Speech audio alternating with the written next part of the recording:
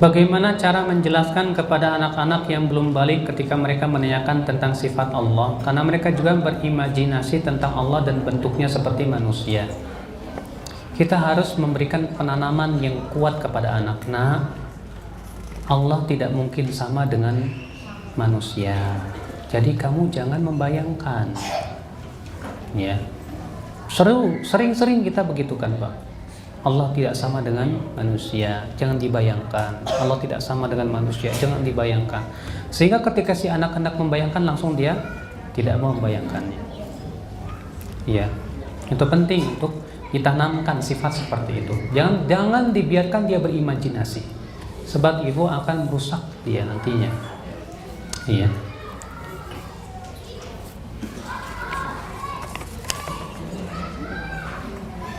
Apakah kita hanya akan melihat wajah Allah saja ketika kita berada di surganya saja? Betul, karena ayat dan hadis menunjukkan kepada itu. Iya. Allah berfirman, lilladzina ahsanul husna wa ziyadah. Untuk orang-orang yang berbuat kebaikan, yang orang yang beriman akan diberikan al-husna, yaitu surga, wa ziyadah, dan tambahan. Ditafsirkan Rasulullah, tambahan yang dimaksud dalam ayat ini melihat wajah Allah di dalam surga. Ya. Namun disebutkan dalam hadis bahwa kaum mukminin nanti akan melihat Allah juga di padang mahsyar. Ketika diseru ada malaikat penyeru, ya, hendaklah setiap manusia, setiap orang mengikuti sesembahannya. Yang menyembah batu ikut batu, yang menyembah matahari ikut matahari, yang menyembah masing-masing sesembahnya ia ikuti. Fayabqal mu'minun, kata Rasulullah, tersisa kaum mukminin. Lalu Allah pun datang kepada mereka dengan bentuk yang mereka tidak kenal. Lalu Allah berfirman, man tantadhirun, siapa yang kalian tunggu? Kata mereka, nantadhiru rabbana, kami menunggu Rabb kami, itu Allah. Lalu Allah berfirman, ana rabbukum, aku Rabb kalian. Lalu kaum mukminin berkata, ma'adallah an nusyrika billahi syai'a. Kami berlindung kepada Allah untuk mempersekutukan Allah sedikit pun juga. Kemudian Allah pun menyingkapkan betisnya. Rasulullah membacakan firman Allah, yauma yukshafu an saqin, pada hari disingkapkan betis. Rasulullah menafsirkan Allah pun menyingkapkan betisnya. Di saat itu kaum mukmin pun kenal kepada Allah, langsung mereka pun sujud, kecuali orang-orang munafik. Setiap kali mau sujud, ya punggungnya lempeng lagi. Tiap mau sujud nggak bisa, lempeng lagi. Dan itulah kata Rasulullah makna firman Allah, yauma yukshafu an saqin wa yud'auna ila sujudi fala yastati'un. Pada hari ya disingkapkannya betis dan mereka pun disuruh untuk sujud, ternyata mereka tidak mampu untuk sujud. Ya. Nah ini Bapak sekalian. Demikian pula Imam Syafi'i ya berdalil dengan ayat Allah dalam surat Al-Mutaffifin. Ya, Allah berfirman, kalla innahum ar-rabbihim yawma idzil lamahjubun. Tidak, sekali-kali tidak. Sesungguhnya pada hari itu, pada hari kiamat, kelak orang-orang kafir tidak akan bisa melihat Allah. Itu aja terhijab. Mereka tidak bisa melihat Allah. Kata Imam Syafi'i, mafhum ayat ini menunjukkan bahwa selain orang kafir, itu orang beriman, maka akan bisa melihat Allah. Ya, Allahu a'lam. Menyimpang. Nah, yang menyimpang-nyimpang gimana nih, bacain enggak nih? Apakah dibenarkan dalam syariat serumah dengan ipar yang bukan mahram? Kata Rasulullah, alhamu al-maut, ipar itu kematian. Ya, nggak boleh Pak, istri kita serumah dengan adik kita. Tidak boleh dalam Islam, karena Rasulullah tegas mengatakan di sini bahwa ipar itu kematian. Jadi harus dipisah, ipar-ipar istri kita dipisah, ya. Di akhir fase Abul Hasan Al-Asy'ari beliau telah rujuk kepada akidah Ahlussunnah. Bolehkah kita tetap menyebut akidah Asy'ariyah atau ada sebutan yang lain yang lebih tepat? Enggak ada masalahnya, Pak. Para ulama pun menyebutnya dengan Al-Asy'ariyah. Al-Asy'ariyah jamak daripada Asy'ari. Iya. Itu disebutnya dengan Al-Asy'ariyah. Kita bingung mau nyebutin apa lagi mereka. Ya, karena terkenalnya demikian Asy'ariyah. Bagaimana dengan Allah menampakkan diri kepada Nabi Musa di arah gunung? Kalau gunung itu hancur, apa hakikatnya? Allah tidak menampakkan diri kepada Nabi Musa, Pak.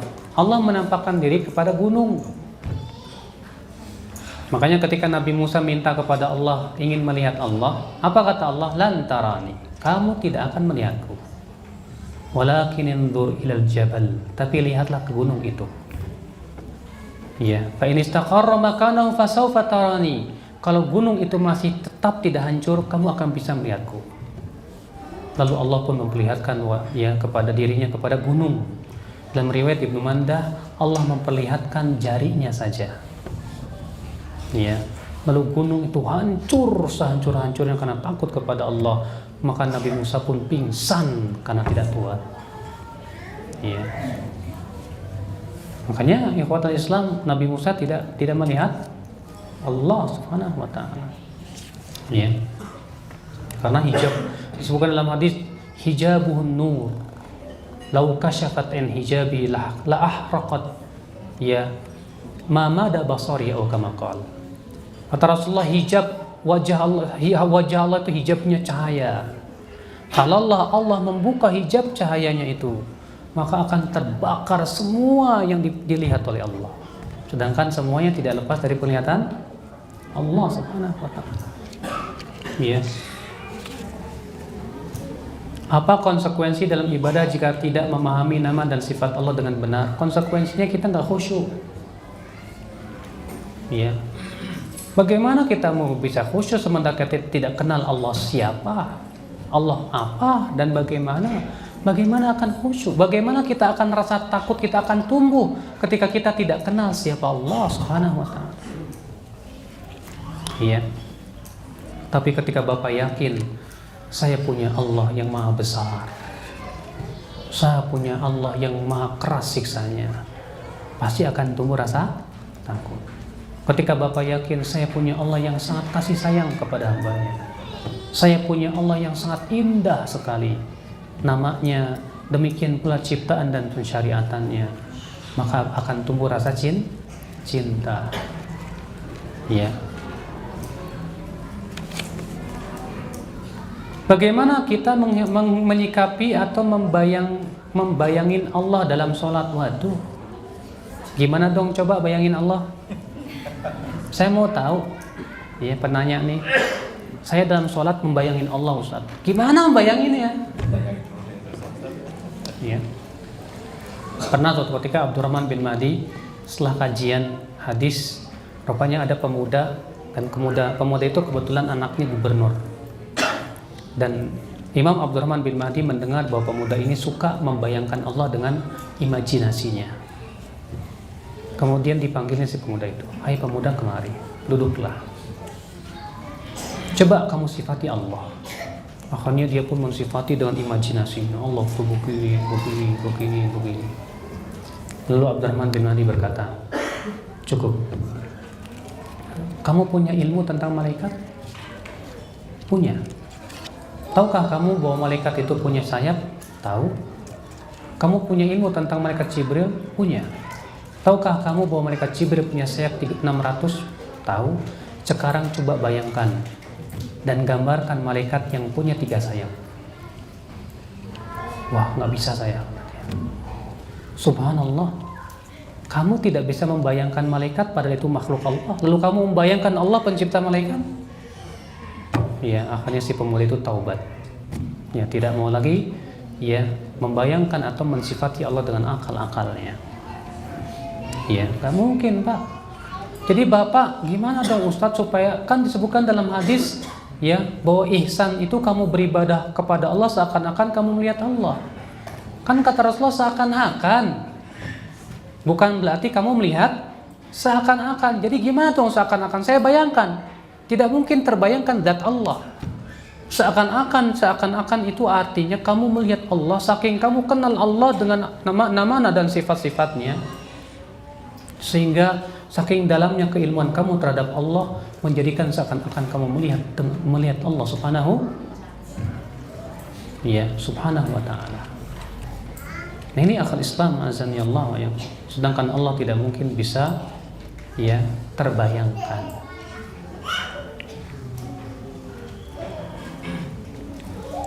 Makna masdar itu ada dua, Ustaz. Bermakna kata benda, yang satu lagi bermakna apa? Fa'il. Ya, bermakna isim fa'il dan mempunyai makna isim maf'ul. Makanya masdar itu bisa menggantikan fa'il, bisa menggantikan maf'ul, bisa. Orang yang bisa bahasa Arab itu akan memahami insyaallah. Ya.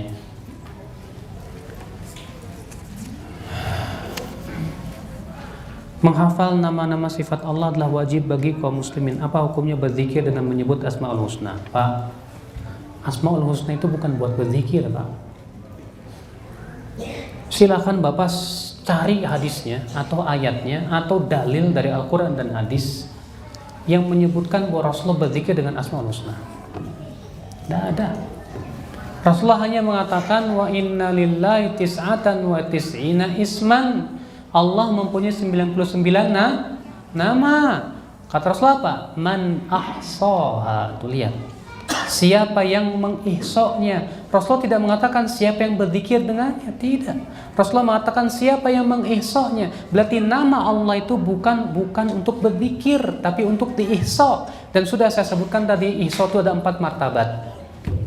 Yang pertama apa? Membaca. Apa? Mengenal dengan mencari dalil.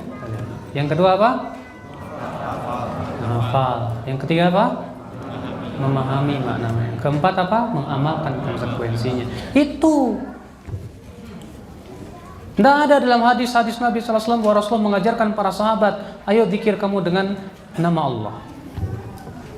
Sebab zikir dengan nama-nama Allah saja sama saja kita berzikir dengan kalimat yang tidak sempurna. Al-Hayyu Al-Qayyum misalnya, Al-Aziz Al-Jabbar, Al-Muhaimin Al-Quddus misalnya. Apa artinya, Pak? Yang hidup, yang mati, ya, yang maha suci. Sudah seperti itu saja. Itu dalam bahasa Arab bukan kalimat sempurna. Makanya zikir-zikir Rasulullah pasti kalimat sempurna. Subhanallah artinya maha suci. Alhamdulillah, segala puji bagi Allah. Allahu Akbar, maha besar Allah. La ilaha illallah, la haula wa la quwata illa billah. Maka Syekhul Islam ketika membahas tentang bolehkah kita berzikir dengan satu isim saja, Ar-Rahman, Ar-Rahman, Ar-Rahman, Ar-Rahman, Ar-Rahman, Ar-Rahim, Ar-Rahim, Ar-Rahim, Ar-Rahim. Beliau berkata, ini bid'ah menurut para ulama seluruhnya. Karena Rasulullah tidak pernah mengajarkan zikir seperti itu. Tidak pula para sahabat, tidak pula para tabi'in dan tabi'in. Dan juga dikarenakan Rasulullah tidak pernah mengajarkan berzikir dengan kalimat yang tidak sempurna. Coba kalau ada orang yang berzikir dengan Ar-Rahman, Ar-Rahman, Ar-Rahman, Ar-Rahman, Ar-Rahman. Apa artinya? Kalau bapak disebut nama bapak sama istri bapak, Junedi, Junedi, Junedi, Junedi. Ya. Atau bapak berkata Fatimah. Kenapa mas Fatimah? Kenapa mas Fatimah? Kenapa mas? Kenapa Fit dengan Fatimah? Fatimah, Fatimah. Itu namanya kalimat yang tidak sempurna. Dan itu bukan pujian, sebab sebatas menyebut nama. Tapi kita ucapkan Subhanallah, maha suci. Itu yang diajarkan Rasulullah, zikir-zikir Rasulullah yang diajarkan begitu. Makanya ya Rasulullah tidak pernah menjadikan nama itu untuk dijadikan tapi untuk diihsa. Ihsa itu dengan 4 martabat tadi. Kan sudah saya sebutkan tadi, ihsa itu 4 martabat. Saya saya bingung mengartikannya gimana loh Pak. Kalau orang Indonesia menyebutnya menghitungnya, padahal menghitung itu salah satu dari derajat ihsa yang pertama. Sementara Imam Bukhari mengatakan ihsa itu artinya menghafalnya. Padahal ya ihsa itu mempunyai 4 martabat yang sudah saya sebutkan tadi. Iya, jadi saya lebih suka mengatakan mengihsanya. Anda pernah baca tentang dzikir Asmaul Husna, membaca Ar-Rahman 100 kali akan mendatangkan banyak rezeki. Apa ini ada tuntunannya? Inilah Pak namanya mengada-ngada. Pertama dia mengatakan baca Ar-Rahman 100 kali pasti akan mendatangkan banyak rezeki. Kita katakan ini tuntunan dari siapa? Oh, buktinya saya pernah mengamalkan banyak rezeki saya. Maaf Pak, kebenaran itu tidak dilihat dari pembuktian. Kebenaran itu yang berasal dari Al-Quran dan hadis. Rasul aja nggak pernah mengamalkan, seakan-akan Bapak menganggap ini belum disampaikan sama Rasul. Saya tahu, Rasul nggak tahu. La ilaha illallah. Iya. Kalau itu baik, tentu Rasulullah sudah mengajarkan kepada kita. Maka terkadang, tapi kan buktinya, nah sekali lagi Pak, bisa jadi Allah Subhanahu Wa Taala memberikan rezeki beneran untuk menguji Bapak. Yang kedua, mengulur Bapak biar Bapak ya betah dengan kebidaan Bapak, biar tambah keras siksanya pada hari kiamat, karena Bapak menyelesaikan ya syariat Rasulullah Sallallahu Alaihi Wasallam. Rasulullah tidak pernah mengajarkan begitu. Tidak pula para sahabat. Apa pernah mendengar ya Rasulullah mengajarkan bacalah Ar-Rahman 100 kali, bacalah Ar-Rahim 200 kali. Iya. Ikhwatul Islam, azani Allah wa iyyakum.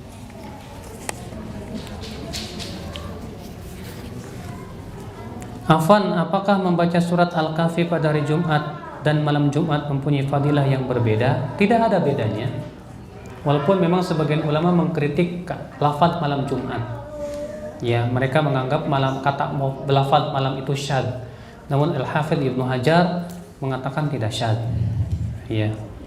Beliau lebih mengatakan bahwa malam dan siang itu ya sama saja. Antara malam Jumat dengan di siang hari Jumat, wallahu a'lam.